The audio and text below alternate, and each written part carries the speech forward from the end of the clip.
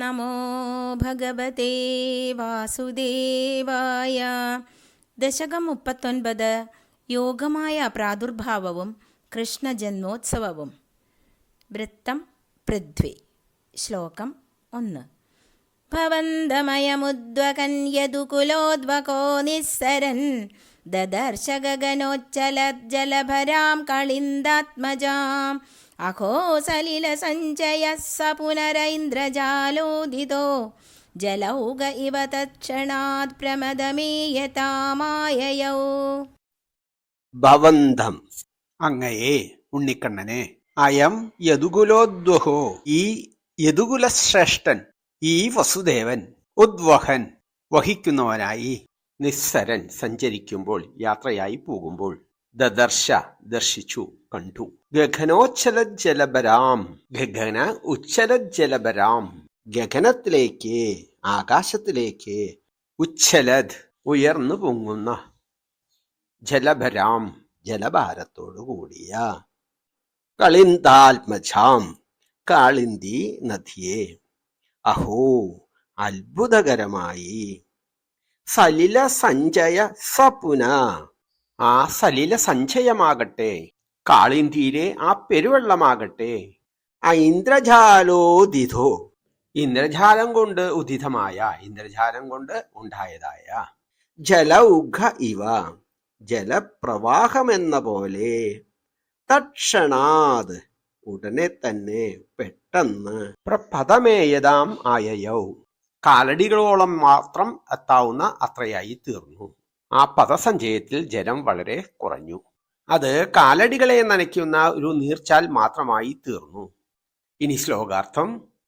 ഭഗവാൻ ഉണ്ണിക്കണ്ണനെ വഹിച്ചുകൊണ്ട് പുറപ്പെട്ട ഈ വാസുദേവൻ എന്ന യാദവശ്രേഷ്ഠൻ ആകാശത്തിലേക്ക് അലയടിച്ചുയരുന്ന കാളിന്ദി നദിയെ കണ്ടു. ആ സലില സഞ്ചയമാകട്ടെ പെട്ടെന്ന് ഇന്ദ്രജാലത്താൽ എന്ന പോലെ കാലടിപ്പാദങ്ങളോളമായി തീർന്നു. ഇത് അത്ഭുതകരം തന്നെ.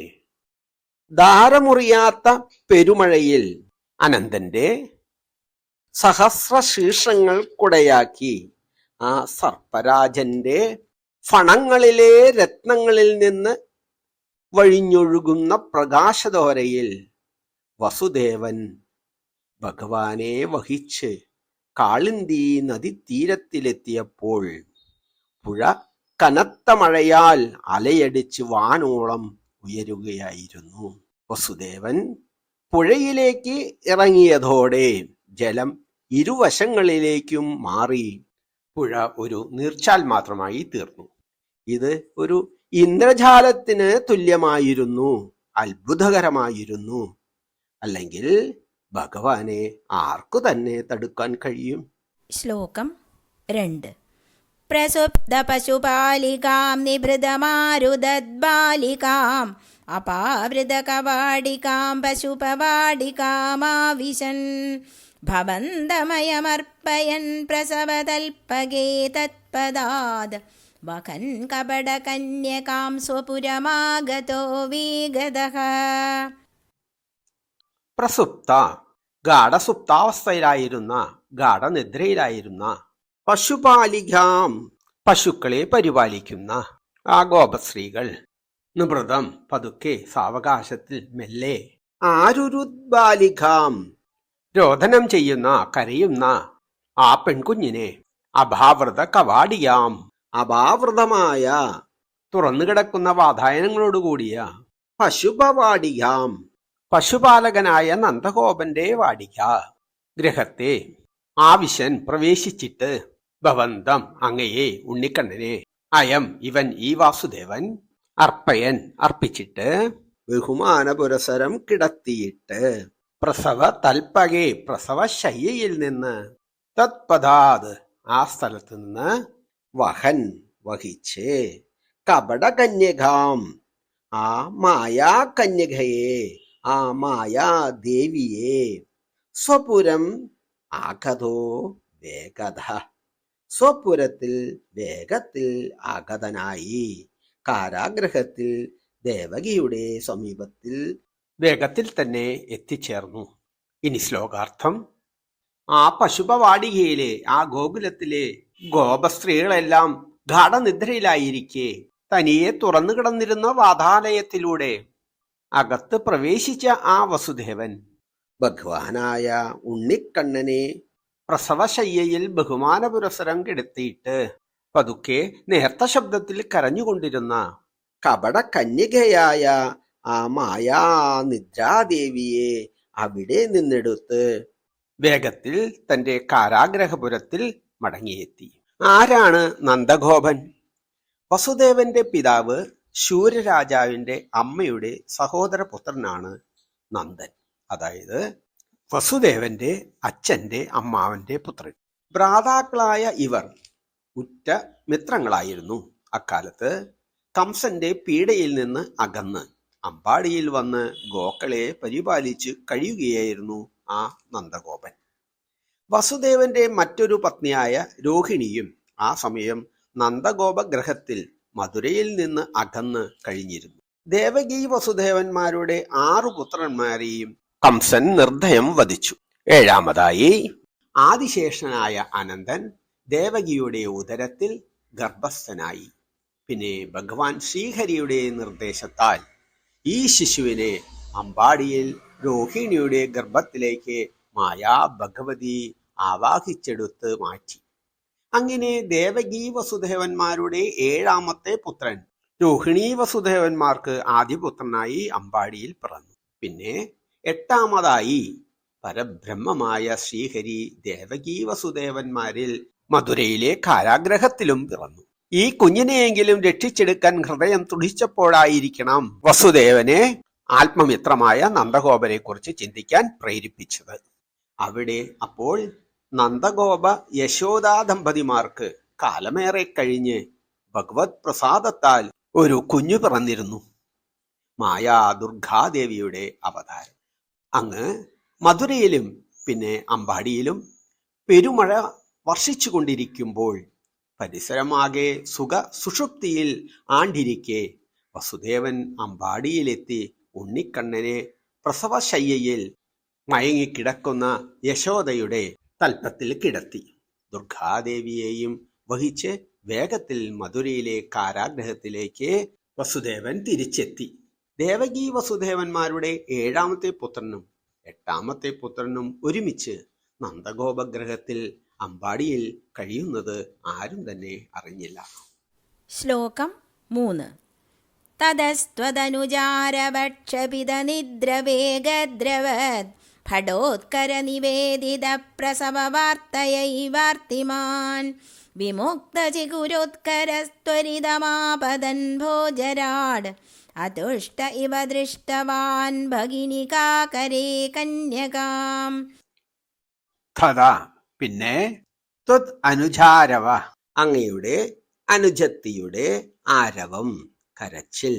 ക്ഷപിത നിദ്ര, നിദ്രയ്ക്ക് ഭംഗം വന്ന, നിദ്രാക്ഷപിതനായി. വേഗദ്രവത്, വേഗത്തിൽ ഓടിവരുന്ന. ഭടോത്കര, ഭടന്മാരുടെ കൂട്ടത്താൽ. നിവേദിത പ്രസവ വാർത്തയാ, അറിയിക്കപ്പെട്ട പ്രസവ വാർത്തയെ. ഏവ ആർത്തിമാൻ, അതിനാൽ ആർത്തിതനായി, ദുഃഖിതനായി. വിമുക്ത ചിഗ്രോത്കര, അഴിഞ്ഞു വീണ കേശസമൂഹത്തോടുകൂടി. ത്വരിതം ആപഥൻ, വേഗത്തിൽ ഓടിയെത്തുന്നവനായി. ഭോജരാട്, ആ ഭോജരാജാവ് കംസൻ. അതുഷ്ട ഇവ, സന്തുഷ്ടനല്ലാത്തതുപോലെ. ദൃഷ്ടവാൻ ഭഗനികാ കരേ കന്യകാം, സഹോദരിയുടെ കൈകളിൽ പെൺകുഞ്ഞിനെ കണ്ടതുകൊണ്ട്. ശ്ലോകാർത്ഥം. പിന്നെ അങ്ങയുടെ അനുജത്തിയുടെ കരച്ചിൽ കേട്ട് ഉറക്കമുണർന്ന ബഡ സമൂഹത്തിൽ നിന്ന് പ്രസവ വാർത്തയറിഞ്ഞ് പരിഭ്രമിച്ച കംസൻ അഴിഞ്ഞു വീണ തലമുടി കെട്ടാൻ പോലും നിൽക്കാതെ ഉടനെ പാഞ്ഞു വന്നപ്പോൾ സഹോദരിയായ ദേവകിയുടെ കൈകളിൽ ഒരു പെൺകുഞ്ഞിനെ കണ്ട് അസന്തുഷ്ടനായി. അസ്യാസ്ത്വാം അഷ്ടമസുതോഹന്തേതി, നിന്നെ ഇവളുടെ 8ാമത്തെ പുത്രൻ കൊല്ലുമെന്നായിരുന്നല്ലോ അശരീരി. ഈ 8ാമത്തെ പുത്രനെ കൂടി വധിച്ചാൽ തന്റെ മരണഭീതി ഒഴിയുമെന്നായിരുന്നു കംസന്റെ പ്രതീക്ഷ. എന്നാൽ സഹോദരിയുടെ കയ്യിലെ പെൺകുഞ്ഞിനെ കണ്ടതോടെ കംസൻ അസന്തുഷ്ടനായി. ശ്ലോകം 4. ധ്രുവം കപടശാലിനോ മധുഹരസ്യ മായാ ഭവേത് അസൗ ഇതി കിശോരികാം ഭഗിനികാ കരാലിംഗിതാം ദ്വിപോ നളിനികാന്തരാദിവ മൃണാളികാമാക്ഷിപൻ അയം ത്വദനുജാമജാമുബലപട്ടകേ പിഷ്ടവാൻ. ധ്രുവം കപടശാലിനോ, തീർച്ചയായും ഇത് കപടശാലിയായ തന്ത്രജ്ഞനായ മധുഹരസ്യ മായാ ഭവേത് അസൗ, ഇവൾ മധുവൈരിയുടെ മഹാവിഷ്ണുവിന്റെ മായയായിരിക്കണം. ഇതി എന്നിങ്ങനെ കിശോരികാം ഭഗനിക കരാലിംഗിതാം, ഭഗനിയുടെ സഹോദരിയുടെ കരങ്ങളിൽ ആലിംഗിതമായ പെൺകുഞ്ഞിനെ, ജിഭോ ആന, നളിനിക അന്തരാത് ഇവ ആന താമരപ്പൊയ്കയിൽ നിന്ന്, മൃണാളിയാം ഇവ താമരവലയം എന്ന പോലെ, താമരപ്പൊയ്കയിൽ നിന്ന് ഒരു ഇളം താമരപ്പൂവിനെ എന്ന പോലെ, ആക്ഷിപൻ അയം അവൻ പറിച്ചെടുക്കുന്നവനായി, ത്വദനുജാം അജാം ജനന മരണങ്ങളില്ലാത്ത അങ്ങയുടെ സഹോദരിയെ, ഉബലപട്ടകെ കരിങ്കൽ തടത്തിൽ, പിഷ്ടവാൻ ആഞ്ഞടിച്ചു. ജനന മരണങ്ങളില്ലാത്ത ദുർഗാ ഭഗവതിയായ അങ്ങയുടെ അനുജത്തിയെ കരിങ്കൽ തളത്തിൽ അവൻ ആഞ്ഞടിച്ചു.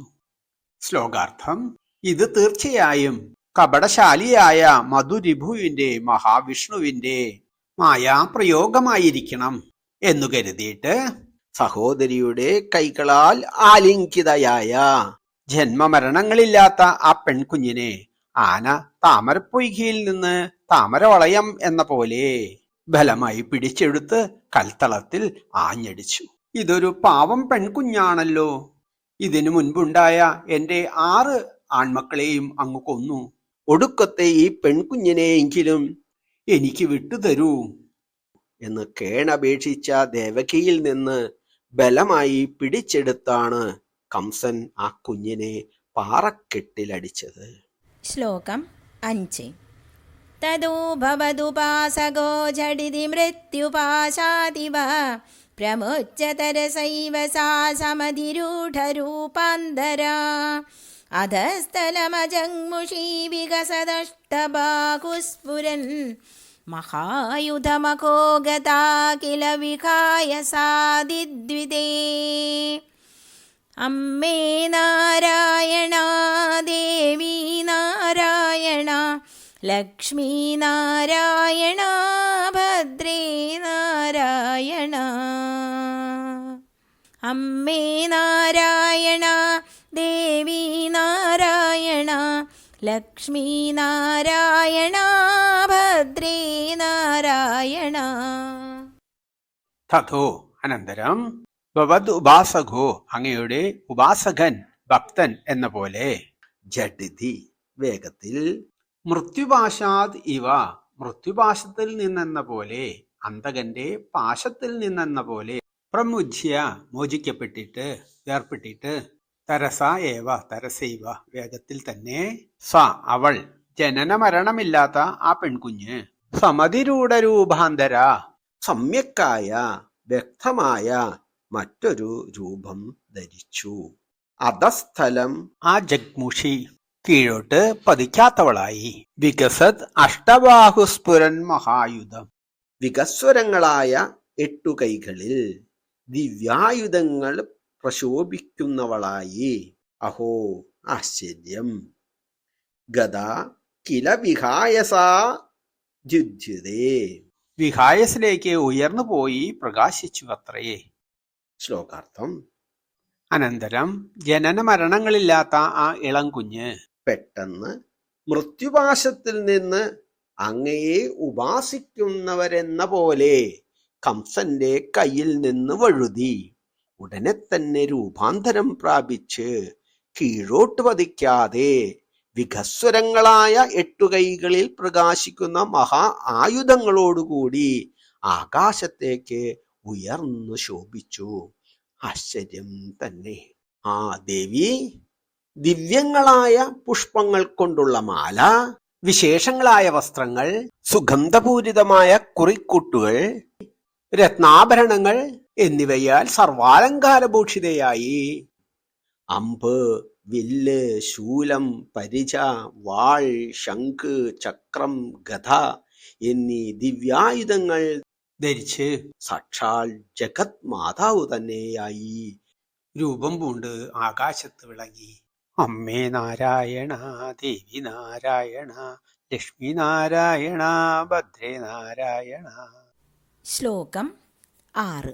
നൃശംസദരകംസതേ കിമു മയാ വിനിഷ്പിഷ്ടയാ ബഭൂവ ഭവദന്തഗക്വജന ചിന്ത്യതാം തീഹിതം ഇതി ത്വദനുജാ വിഭോ ഖലമുദീര്യതം ജഗ്മുഷേ മരുദ്ഗണപണായിതാ ഭുവി ച മന്ദിരാണ്യേയുഷീ.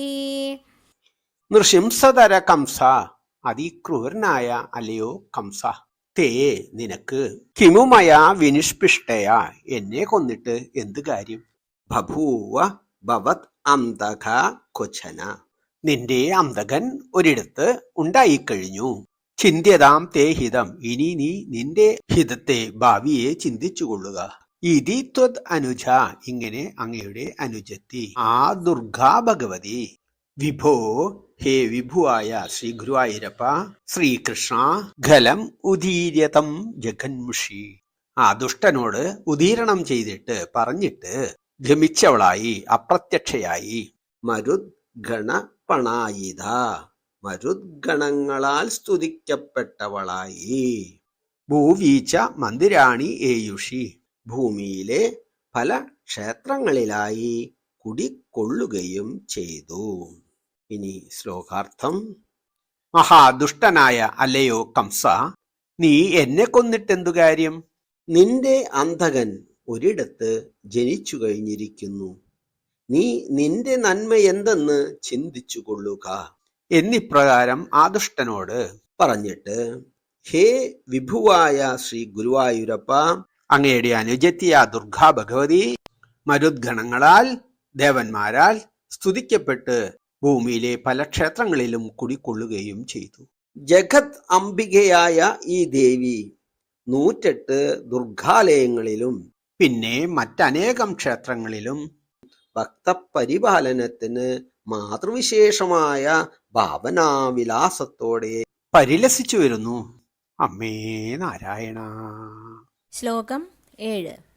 പ്രഗേ പുനരഗാത്മജാ വചനമീരിതാ ഭൂഭുജാ പ്രലംബഭഗപൂതനാ പ്രമുഖദാനവമാനിനഃ ഭവന്നിധനകാമ്യയാ ജഗതി ബഭ്രമുർനിർഭയാഃ കുമാരകവിമാരകാ കിമിവ ദുഷ്കരം നിഷ്കൃപൈഃ. പ്രഘേ പ്രഭാതത്തിൽ, പുനർ പിന്നെ, അകാൽമജാവചനം പർവ്വതപുത്രിയായ പാർവതീദേവിയുടെ വചനത്താൽ, ഹിമവത് പുത്രിയായ പാർവതിയുടെ വചനത്താൽ, ഈരിത ഭൂഭുജ പറയപ്പെട്ടത് ശ്രവിച്ചിട്ട് ആ രാജാവ് കംസൻ, ഭൂഭുജ രാജാവ്, പ്രലംബ ഭഗപൂതന പ്രമുഖ ദാനവ പ്രലംബൻ, ഭഗൻ, പൂതന എന്നീ പ്രമുഖരായ ദാനവരെ, രാക്ഷസന്മാരെ, മാനികളായ ദുരഭിമാനികളായ, ഭവൻ നിധനകാമ്യയ അങ്ങയെ വധിക്കാൻ ആഗ്രഹമുള്ളവരായി, ജഗതി ബഭ്രഭൂർ നിർഭയ നിർഭയരായി ലോകത്തിൽ ചുറ്റി സഞ്ചരിച്ചു. കുമാരക വിമാരക കുമാരന്മാരെ, ആൺകുട്ടികളെ വധിക്കാനായി. കിമിവ ദുഷ്കരം നിഷ്കൃഭൈ നിഷ്കൃഭരായവർക്ക്, കാരുണ്യമില്ലാത്തവർക്ക് എന്തു തന്നെയാണ് ചെയ്യാൻ പാടില്ലാത്തത്. ശ്ലോകാർത്ഥം.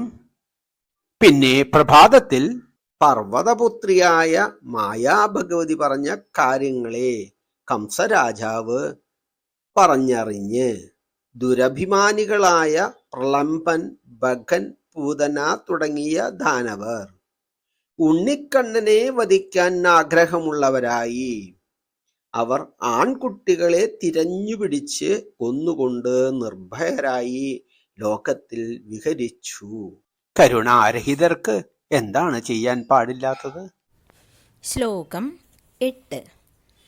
തദഃ പശുപമന്ദിരേ ത്വയി മുകുന്ദനന്ദപ്രിയാ പ്രസൂതിശയനേ ശയേരുവതി കിഞ്ചിദഞ്ജത്പദേ വിബുദ്ധ്യവനിതാ ജനൈസ്തനയ സംഭവേ ഘോഷിതേ മുദാ കിമു വദമ്യകോ സകലമാകുലം ഗോകുലം.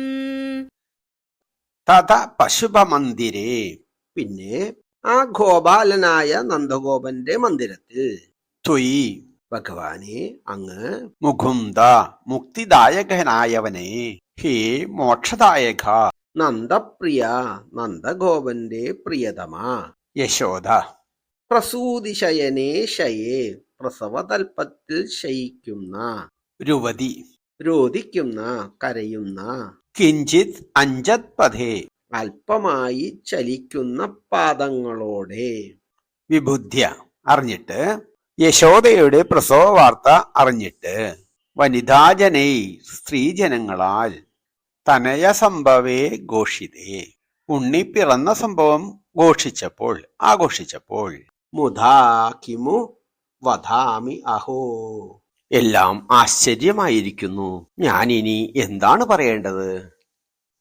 സകലം ആകുലം ഗോകുലം, ഗോകുലമാകെ ആനന്ദപരവശമായി തീർന്നു. ശ്ലോകാർത്ഥം. പിന്നെ മുക്തിപ്രദായകനായ ഹേ ഭഗവാനെ, നന്ദഗോപഗ്രഹത്തിൽ പ്രിയ പത്നി യശോദയുടെ പ്രസവ തൽപ്പത്തിൽ കിടന്ന് കാലുകൾ അല്പമായി ചലിപ്പിച്ചുകൊണ്ടുള്ള കണ്ണന്റെ കരച്ചിൽ കേട്ട് ഗോപസ്ത്രീകൾ ആ പ്രസവ വാർത്തയെ ഉദ്ഘോഷിച്ചു. ഇതെല്ലാം ആശ്ചര്യമായിരിക്കുന്നു, ഞാനിവിടെ എന്തു പറയാനാണ്? ആ വാർത്തയറിഞ്ഞ ഗോകുലമാകെ ആനന്ദ പുളയിതമായി തീർന്നു. വസുദേവൻ ജഗത് അംബികയായ മായാദേവിയെ കൊണ്ടുപോയതിനു ശേഷം ഉണ്ണിക്കണ്ണൻ മൃദുവായി കൈകാലിളക്കി കരയാൻ തുടങ്ങി. ഭഗവത് പ്രഭാവം പൊഴിയാൻ തുടങ്ങിയതോടെ മായാവലയം നീങ്ങി ഗോപസ്ത്രീകൾ വിശിഷ്ട വനിതകളായി. അവർ ഉണ്ണിയുടെ ജനനം ഉദ്ഘോഷിച്ചു. ആ അമ്പാടിയാകെ ആനന്ദത്താൽ പുളകോന്മുഖമായി തീർന്നു. ശ്ലോകം 9. അഹോ ഖലു യശോദയാ നവകളായ ചേതോഹരം ഭവന്തമലമന്തികേ പ്രഥമമാഭിബന്ധ്യാദൃശാ പുനസ്തനപരം നിജം സപദി പായയന്ത്യാ മുദാ മനോഹരതനുസ്പൃശാ ജഗതി പുണ്യവന്തോ ജിതാഃ. അഹോ ഖലു, ആശ്ചര്യം തന്നെ, യശോദയാൽ നവകളായ ചേതോഹരങ്ങളായ പുതുകായാമ്പൂ പോലെ ഭവന്തം അങ്ങയെ ഭഗവാനെ, ഈ ഉണ്ണിക്കണ്ണനെ, അലം അന്തികേ പ്രഥമം ആവോളം അടുത്തു നിന്ന് ആദ്യമായി, ആഭിബന്ധ്യ പാനം ചെയ്യുന്നവളായി, ദൃശ കണ്ടിട്ട്, പുനഃ പിന്നെ, സ്തനഭരം നിജ തന്റെ കനത്ത സ്തനങ്ങളെ, സപതി ഉടനെ വേഗത്തിൽ, പായയന്ധ്യ മുധാ സന്തോഷത്തോടെ പാനം ചെയ്യിച്ച്, മനോഹര തനു സ്പൃശ അങ്ങയുടെ ആ ഉണ്ണിക്കണ്ണന്റെ ചേതോഹരമായ ഉടൽ സ്പർശിക്കുന്നവൾ ആയി, ജഗതി പുണ്യവന്ധോചിത ലോകത്തിലുള്ള എല്ലാ പുണ്യാത്മാക്കളെയും ജയിക്കുന്നവളായി തീർന്നു. ശ്ലോകാർത്ഥം. പുതുതായി വിടർന്ന കായാമ്പൂവിനെ പോലെ ചേതോഹരനായ ഉണ്ണിക്കണ്ണനെ ആദ്യമായി കണ്ണുകൊണ്ട് മതിവരുവോളം ആസ്വദിച്ച യശോദ തന്റെ സ്തനഭരം ഉടനെ തന്നെ ഉണ്ണിയെ പാനം ചെയ്യിച്ചു. കണ്ണന്റെ മനോഹരമായ പൂവുടൽ സ്പർശിച്ചും മറ്റും യശോദ ലോകത്തിലുള്ള എല്ലാ പുണ്യാത്മാക്കളെയും ജയിച്ചു. ആശ്ചര്യം തന്നെ. വേദസ്തുതികളാലും യജ്ഞകർമ്മങ്ങളാലും മറ്റും ഭഗവാനെ സാക്ഷാത്കരിക്കാൻ താപസന്മാരും യോഗികളും ജ്ഞാനികളുമൊക്കെ യത്നിക്കുന്നു. അതിൽ കുറച്ച് ഭാഗ്യവാന്മാർ മാത്രം അനുഭവജ്ഞാനം നേടുന്നു. അപൂർവം ചിലർക്ക് ദൃഷ്ടി സാക്ഷാത്കാരം ലഭിക്കുന്നു. യശോദയ്ക്കോ സാക്ഷാൽ ജഗത് മാതാവായ മഹാമായ തന്നെ ഉദരത്തിൽ വന്നു പിറന്നു. പിന്നെ പരബ്രഹ്മസ്വരൂപിയായ കണ്ണന് സ്തന്യം നൽകാനും ഊട്ടാനും ഉറക്കാനും താലോലിക്കാനും പിന്നെ ഒരുമിച്ച് രമിക്കാനും കഴിഞ്ഞു. യശോദയ്ക്കും നന്ദഗോപനും പിന്നെ ഗോപസ്ത്രീകൾക്കുമൊക്കെ ഉണ്ടായ ഭാഗ്യാനുഭവം മഹാപുണ്യാത്മക്കൾക്ക് പോലും സിദ്ധിക്കാത്തതായിരുന്നു. ശ്ലോകം 10. ഭവത്കുശലകാമ്യയാ സഖലു നന്ദഗോപസ്തദാ പ്രമോദഭരസങ്കുലോ ദ്വിജകുലായ കിം നാദദാത് തഥൈവ പശുപാലകാ കിമുന മംഗളം തേനിരേ ജഗത്രിതയമംഗളത്വമിക പാകി മാമയാത്. സർവത്ര ഗോവിന്ദനാമ സങ്കീർത്തനം. ഗോവിന്ദ ഗോവിന്ദ. ശ്രീ ഗുരുവായൂരപ്പ ശരണം. ഭവത്കുശല കാമ്യയ, അവിടത്തേക്ക് ക്ഷേമമുണ്ടാക്കാനായി സഖലു നന്ദഗോപസ്തദ, ആ നന്ദഗോപനാകട്ടെ പ്രമോദഭരസങ്കുലോ, പരമാനന്ദം കൊണ്ട് പരവശനായി ദ്വിജകുലായ കിം ന ആദദാത്, ആ ബ്രാഹ്മണർക്കായി എന്തു തന്നെ ദാനം ചെയ്തില്ല. തഥ ഏവ പശുപാലക, അപ്രകാരം തന്നെ ഗോപകന്മാരും കിമു ന മംഗളം തേനിരേ, എന്തെന്തു മംഗളകർമ്മങ്ങൾ ചെയ്തില്ല. ജഗത് ത്രിതയ മംഗള, ത്രിലോകങ്ങൾക്കും മംഗളം നൽകുന്നവനേ, ത്വം ഇഹ, അങ്ങ് ഇവിടെ, പഹിമാം ആമയാത്, രോഗങ്ങളിൽ നിന്നും ദുഃഖങ്ങളിൽ നിന്നും എന്നെ രക്ഷിക്കണമേ. ശ്ലോകാർത്ഥം. അപ്പോൾ ആ നന്ദഗോപരാകട്ടെ പരമാനന്ദ പരവശനായി ആ ഉണ്ണിക്കണ്ണന്റെ ക്ഷേമത്തിനായി ബ്രാഹ്മണർക്ക് എന്തെന്തു തന്നെ ദാനം ചെയ്തില്ല, സർവവിധ ദാനങ്ങളും ചെയ്തു. അതുപോലെ മറ്റു ഗോപാലന്മാരും എന്തെന്തു മംഗളകർമ്മങ്ങളെ അനുഷ്ഠിച്ചില്ല. ത്രിലോകങ്ങൾക്കും മംഗളകരനായ ശ്രീ ഗുരുവായൂരപ്പ, അങ്ങ് എന്നെ എല്ലാവിധ ആമയങ്ങളിൽ നിന്നും ദുഃഖങ്ങളിൽ നിന്നും രക്ഷിക്കണമേ. ശ്രീ ഗുരുവായൂരപ്പ ശരണം.